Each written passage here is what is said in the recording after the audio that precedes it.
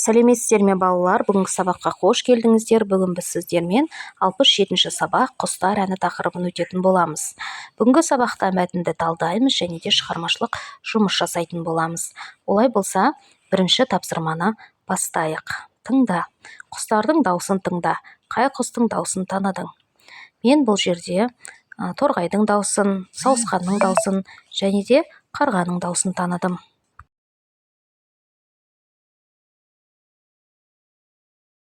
Бірінші тапсырма оқып, қай құстың дауысының сипаты екенін айт. Шиқылдады, ол торғай. Көкектеді, көкектің дауысы.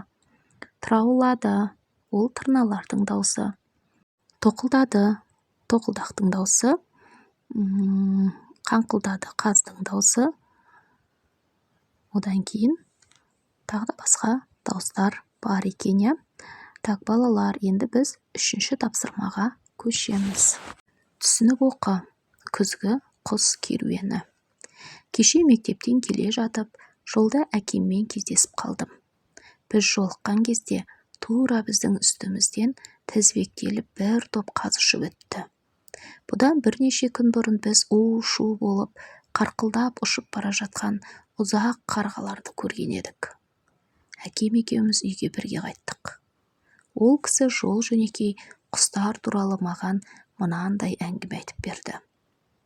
Жыл сайын қоңыр күзде біздің ауылдың үстінен үйрек, қаз, тырна сияқты құстардың легі ұшып өтеді. Кей жылдары аққуларды да көруге болады. Бұл құстар қыстың жақындап қалғанын сезіп, жылы жаққа қарай қоныс аударып барады. Жылы жаққа қайтқан құстар жоғары ұшады. Ең биік ұшатыны тырналар мен аққулар. Алыс жаққа бет алған құстар жерге сирек қонады. Тоқтамастан бірнеше жүз шақырымға дейін ұша береді. Қарындары ашып, шаршаған кезде түнеп шығу үшін жерге қонады. Жылы жаққа кетіп бара жатқан құстар топтасып, немесе тізбектеліп, көбінесе үшбұрыштанып ұшады. Әр топтың алдында өте тәжірибелі өз жол қолбасшысы жүреді. Ол жолды жақсы біледі. Себебі бұған дейін бұл жолмен талай рет әрі-бері ұшып өткен. Құстардың бір үйірінде мұндай жолбасшы бірнешеу. Олардың міндеті көп. Құстардың жерге қонып, тамақтанып, дем алатын орнын солар таңдайды. Үйірдің қауіпсіздігін де солар бақылайды. Құстар бір жерге қонып, демалған кезде жолбасшылар кездесіп, оларды күзетеді. Аспанда да жолбасшылар ауыр жұмыс атқарады. Тізбектің ең алдында ұшатын болғандықтан, олар қанаттарымен ауаны жарып, соңындағыларға жол салып отырады. Жолбасшы салған жолмен ұшу оның соңындағы құстарға жеңіл болады. Сондықтан жолбасшы ауада өте көп күш жұмсайды, тез шаршайды. Ондай кезде оны басқа жолбасшы ауыстырып, шаршаған жолбасшы үйірдің соңынан ілеседі. Үйірдің ең соңынан ұшу өте жеңіл. Жолбасшылар осылайша кездесіп, демалып отырады, деп әкем әңгімесін аяқтады. Мен әкемнің әңгімесінен көп нәрсе ұқтым. Құстардың ақылдылығына, ұйымшылдығына қатты таңғалдым. Мәтіннің авторы Мұхтар Әуезов. Енді балалар осы мәтінге байланысты берілген сұрақтарға жауап берейік. Үшінші тапсырма: құстардың жылы жаққа ұшуынан қандай жаңалық білдің? Құстардың жылы жаққа ұшуы ол құстардың ақылдылығын білдіреді. Құстар жылы жаққа ұшатын кезде құстар үшбұрыш болып ұшады. Себебі олар ауаны сол жаңағы үшбұрыш болып ұшу арқылы бұзып өтетін болған. Және де ол топтың алдында өздерінің жолбасшылары болатын болған. Сол үшбұрыштың алдында сол жолбасшы жүреді.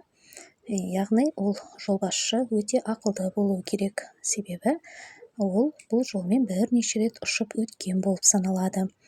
Және де қай жерге тұрып тамақтанатындарын, тоқтайтындарын барлығын сол жолбасшы шешетін болған.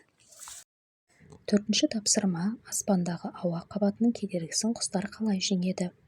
Аспандағы ауа қабатының кедергісін құстар үшбұрыш болып ұшу арқылы жеңіп шығатын болған. Келесі бізге берілген тапсырма: ойлан. Бесінші тапсырма: әңгімедегі құстардың ерекшелігін атаңдар.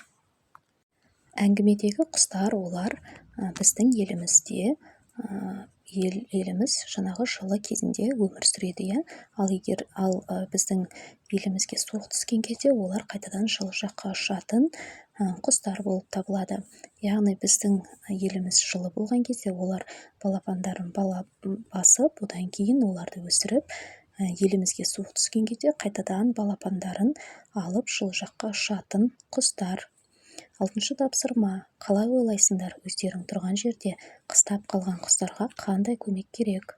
Елімізде қыстап қалатын жаңағы құстарға бізден жылы ұя салу, оларға қамқорлық көрсету және де қыстың кездері оларға жем, жылы су беріп тұруымыз қажет. Себебі бізде қар түсіп, олар сол қардың астынан ешқандай тамақ алып жей алмай қалады. Сондықтан да оларды тамақпен, жылы орындармен қамтамасыз ету керек екенбіз.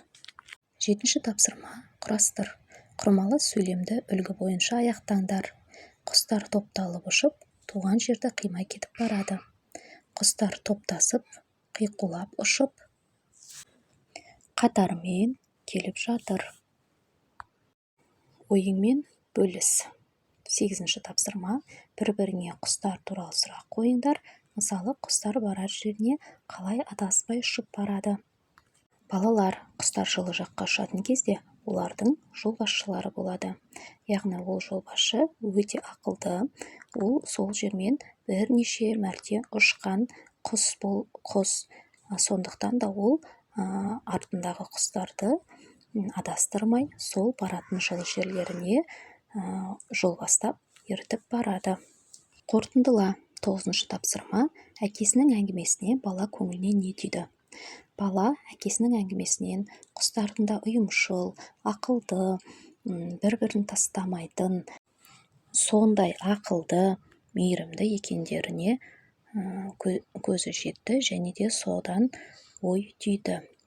Тапсырмасы: бір құстың атынан күзгі жолдың қиындығын сипаттап хат жаз. Сәлеметсіңдер ме балалар, мен Тырнамын. Күзгі жолдың қиындығы жайлы сендерге айтып беремін. Біз жерге сирек қонып, бірнеше жүз шақырымға дейін ұшамыз. Сол кезде әсіресе балапандарға ұшу қиынға түседі. Тағы бір айтатыным, ол жолбасшылар. Олар аспанда өте маңызды рөл атқарады. Жолбасшылар тізбектің ең алдында болғандықтан, соңындағыларға қанаттарымен ауаны жарып, жол салады. Сендерде не үшін ауаны жарады? Деген сұрақ туындаса түсіндірейін. Біз аспанға неғұрлым жоғары көтерілсек, соғұрлым ауа орлай бастайды. Күздің тағы бір қиындығы ол ауа райы. Қатты жел, нөсер жаңбыр, кішкене қар, бұның барлығы біздің ұшуымызға кедергі келтіреді. Қазір мен жылы жаққа жақындадым. Сау болыңыздар. Балалар, осымен біздің бүгінгі сабағымыз аяқталды.